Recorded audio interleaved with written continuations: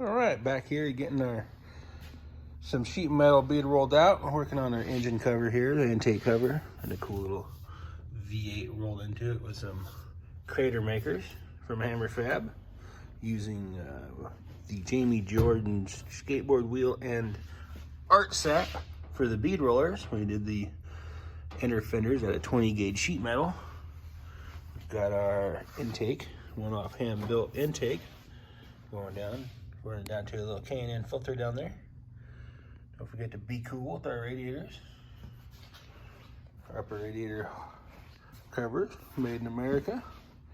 Other coil cover, and down onto our passenger side fender, all bead rolled out. Here, and then down here.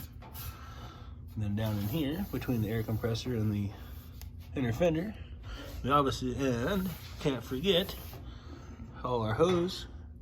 We're done with hose candy. We got our upper radiator hose and our steam port hose, and some of our vacuum hoses.